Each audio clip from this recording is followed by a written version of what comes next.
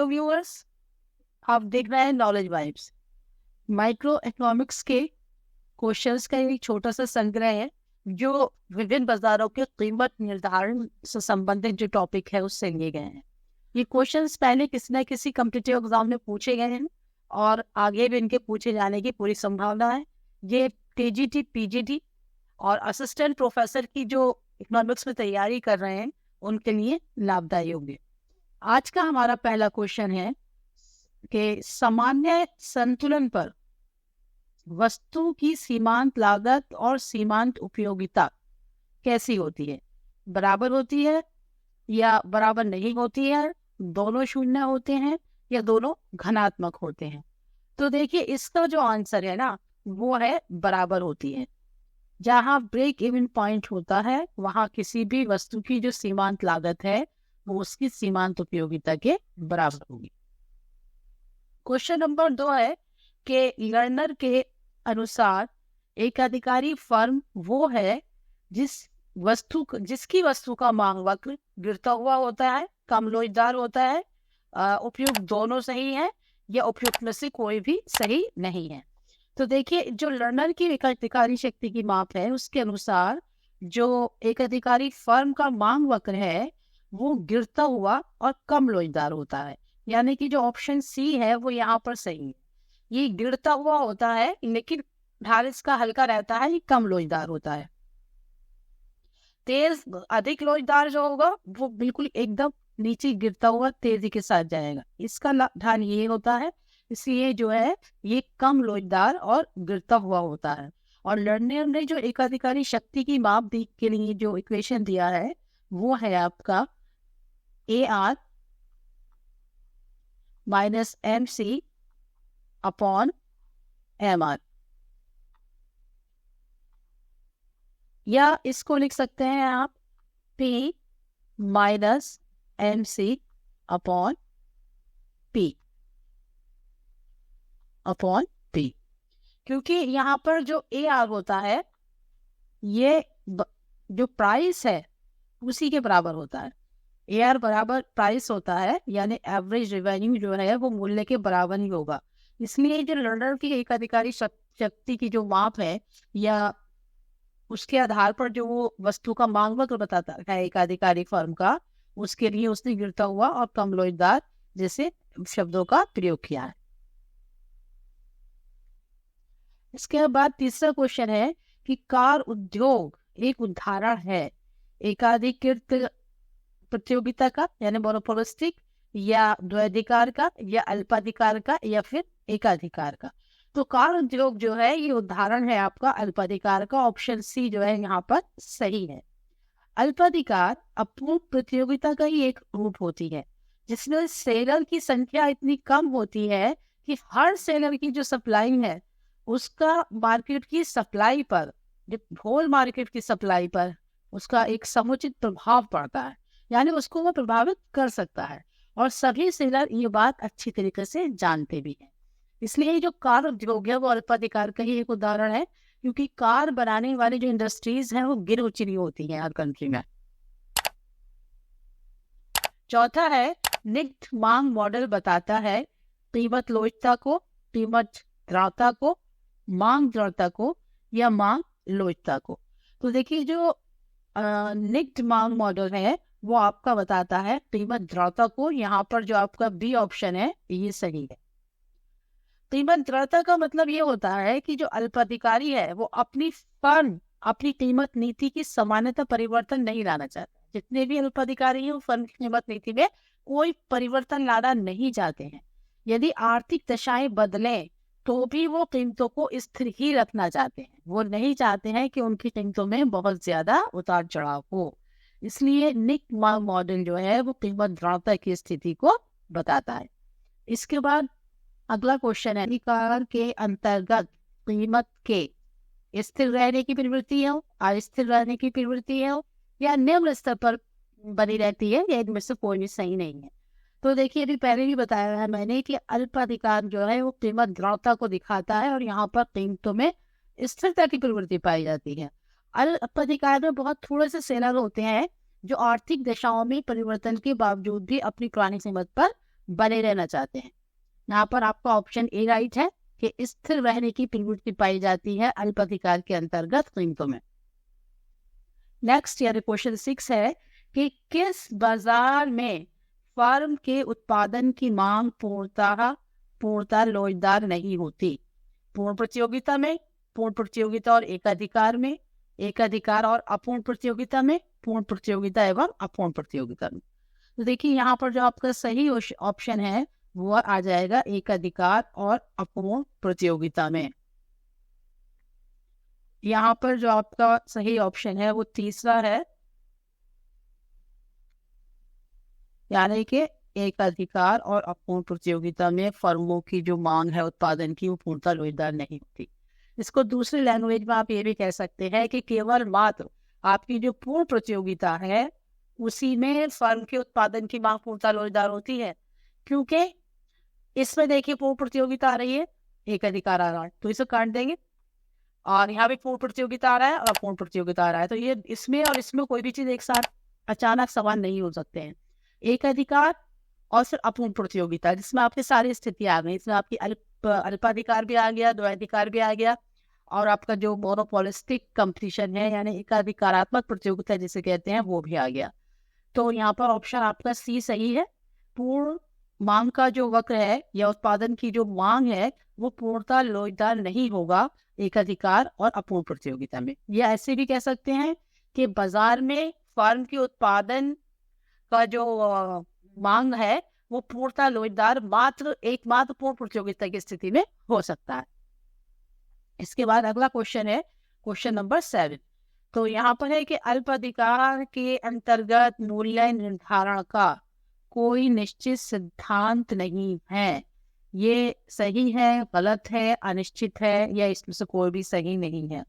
तो देखिए option A ही सही है। ये बिल्कुल सही बात है कि अल्पाधिकार के अंतर्गत मूल्य निर्धारण का कोई निश्चित सिद्धांत नहीं होता, क्योंकि वहां पर लाभ विभाजन कार्टेल हो सकते हैं, कीमत नेतृत्व हो सकता है, और भी कई सारे वहां पर कार्टेल्स होते हैं। इसलिए ये आपकी जो बात है बिल्कुल सही है, option number A right answer है। इसके बाद है यदि विभेदीकृत उत्पादन की मात्रा ऊंची है तब मांग की अभिलोच कैसी होगी? देखिए अगर विभेदीकृत उत्पादन की मात्रा ऊंची है तो जो उसका मांग की अभिलोच है वो भी आपकी ऊंची ही होगी। ऑप्शन ए ठीक है। विभेदीकृत मतलब अलग अलग तरह का माल जो उत्पादन करे। मान लीजिए कोई साबुन उत्पादन कर रहा है तो सारे साबुन एक से नहीं है, जैसे कि बाजार में लक्स एक टाइप हो गया और आपका विवेल दूसरा टाइप हो गया या पियर्स तीसरा टाइप हो गया, तो है तो सारे साबुन और सभी का काम भी एक है, लेकिन अपनी अपनी उपयोगिताओं और पैकेजिंग के आधार पर ये कंपनियां उन्हें अलग अलग करके दिखाती हैं। तो जब विभेदीकृत मात्रा उत्पादन की मात्रा बाजार में ज्यादा होती है तो आड़ी लोच जो है वो संभवतः ऊंची ही होगी, क्योंकि अगर आपकी किसी एक मात्रा की लक्स है और लक्स की कीमत आसमान छूने लगे तो आप डव का इस्तेमाल कर सकते हैं। डव बहुत ऊंचा हो जाए तो आप पियर्स ले सकते हैं। इस तरह से जो ये विभेदीकृत उत्पादन की मात्रा जब बाजार में ऊंची होती है तो मांग की आड़ी लोच ऊंची होगी। इसके बाद अगला क्वेश्चन है अतिरिक्त क्षमता निम्नलिखित में से किसकी विशेषता नहीं है? यानी ये अलग अलग जो है मार्केट की कंडीशन दे रखी है और ये पूछा है कि जो अतिरिक्त क्षमता है ये इनमें से किसकी विशेषता नहीं है। तो यहाँ पर जो आपका सही आंसर है वो है एकाधिकार प्रतियोगिता यानी monopolistic competition. Option number C आपका ठीक है, क्योंकि एकाधिकारिक जो प्रतियोगिता है या मोनोपोलिस्टिक कंपटीशन है उसके लिए चैम्बरलिन ने कहा कि अतिरिक्त क्षमता जब उत्पन्न होगी जब एकाधिकार प्रतिस्पर्धी बाजार में फर्मों के मुक्त प्रवेश के बावजूद कोई सक्रिय मूल्य प्रतिस्पर्धा ना पाई जाए। इसलिए यहाँ पर जो है आपसे ऑप्शन सी को सही मानेंगे आप, क्योंकि दो बातें कही हैं चैम्बरलिन ने। पहली बात तो ये मुक्त प्रवेश तो होगा लेकिन उसके बावजूद कोई भी सक्रिय मूल्य प्रतिस्पर्धा ना पाई जाए तो तब यहाँ पर जो है अतिरिक्त क्षमता पाई जा सकती है, लेकिन ऐसा होता नहीं है। मूल्य प्रतिस्पर्धा यहाँ पर लगातार बनी रहती है, इसलिए यहाँ पर ऐसी कोई भी कंडीशन नहीं हो सकती। 10वां है कि मंजित नहीं है, ये निग्ध है, किंकित है। यह है किंकित, यह निग्ड। किंकित है ये। निट डिमांड कर्व का विचार निम्नलिखित में से किसकी देन है? क्वेश्चन बहुत इजी है, पॉल सुविसी इसका आंसर है। पॉल सुविसी ने निट डिमांड कर्व दिया है या किंकित मांग वक्र दिया है। इसके बाद अगला है कि एकाधिकार के अंतर्गत होता है साधनों का कुआवंटन, साधनों का अल्पप्रयोग, उपभोक्ता कल्याण में कमी या उपरोक्त सभी। तो देखिए उपरोक्त सभी इसका सही ऑप्शन है। एकाधिकार की स्थिति एक ऐसी स्थिति होती है कि जब जो उत्पादन करता है किसी भी वस्तु का वो एक ही हो। तो साधनों का कुआवंटन तो है ही है कि एक ही व्यक्ति के पास अंदर में सारे साधन आ जाएंगे, भले ही वो उनका उचित प्रयोग करे ना करे या फिर उनका सही रूप से उत्पादन उनसे ना कर पा रहा हो। और साधनों का अल्प उपयोग भी इसमें हो सकता है, क्योंकि जब मान लीजिए एक ही प्रोडक्शन करने वाला है तो वो हो सकता है उसके पास इतनी क्षमता ना हो, किसी भी तरह से श्रम कम हो, पूंजी कम हो कि उन साधनों का सही प्रकार से प्रयोग कर पाए, तो साधनों का अल्प उपयोग ही रहेगा। और तीसरा है उपभोक्ता कल्याण में कमी, क्योंकि एकाधिकारी जो होता है उसे ये अच्छी तरीके से मालूम होता है कि बाजार में या जहां वो रह रहा है उस जगह उस वस्तु का उत्पादन केवल वही कर रहा, तो एक प्रतिस्पर्धा के अभाव में उसके अंदर एक आलस पैदा हो जाता है। जो प्रोडक्शन वो कर रहा है जिस भी यूनिट का, उसको उसी तरह से बनाता रहता है, समय के अनुसार उसमें परिवर्तन नहीं लाना चाहता, और भी बहुत सारी बातें हो सकती हैं। इसलिए जो एकाधिकार है उसके अंदर साधनों का कुआवंटन भी होता है, उसके अंदर साधनों का उपयोग की स्थिति भी सदैव बनी रहती है, और उपभोक्ताओं के कल्याण में कमी हो ऐसा भी कई बार संभव होता है। तो ऑप्शन डी यहाँ पर सही है, उपरोक्त सभी इसका आंसर है। इसके बाद नेक्स्ट है क्वेश्चन नंबर 12, अल्पाधिकार के संबंध में कौन सा कथन सत्य नहीं है? प्रायः अधिक सक्रिय कीमत प्रतियोगिता नहीं होती, प्रायः कीमतें स्थिर रहती हैं, प्रायः गैर कीमत प्रतियोगिता होती है, प्रायः विज्ञापन का सहारा नहीं लिया जाता। इन्होंने पूछा है कौन सा कथन सत्य नहीं है।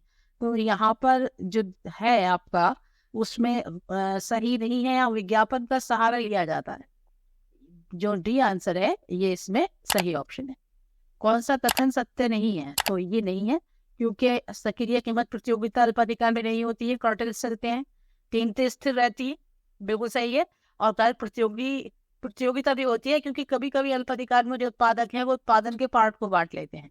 तो ऑप्शन डी जो है इसका राइट आंसर है कि यहाँ पर जो है विज्ञापन का सहारा नहीं लिया जाता। इसके बाद अगला है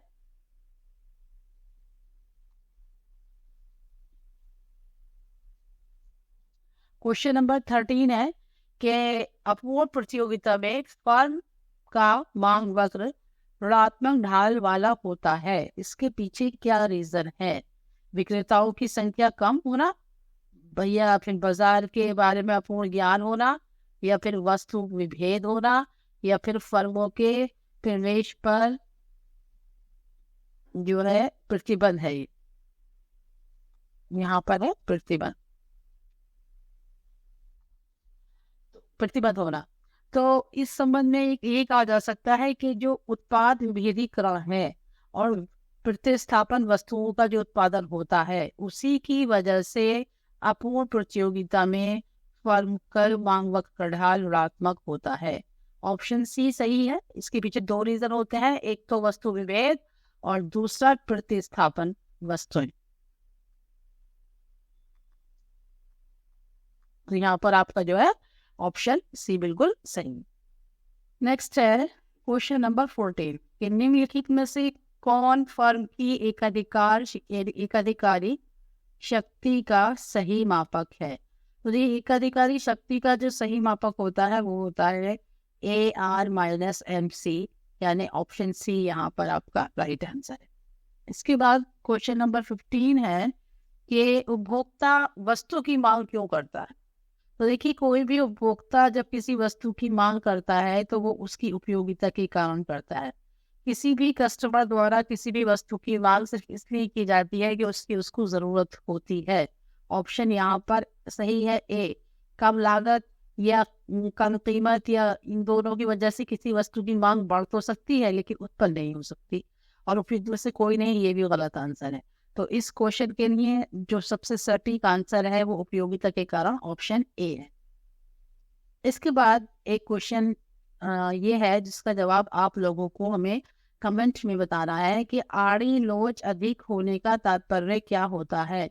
प्रतिस्थापन वस्तुओं की अनुपस्थिति, प्रतिस्थापन वस्तुओं की उपलब्धता, गिफिन वस्तुओं की उपलब्धता या पूरक वस्तुओं की अनुपस्थिति। अगर वीडियो आपको पसंद आया हो तो इसको लाइक और शेयर जरूर करें। Thanks for watching.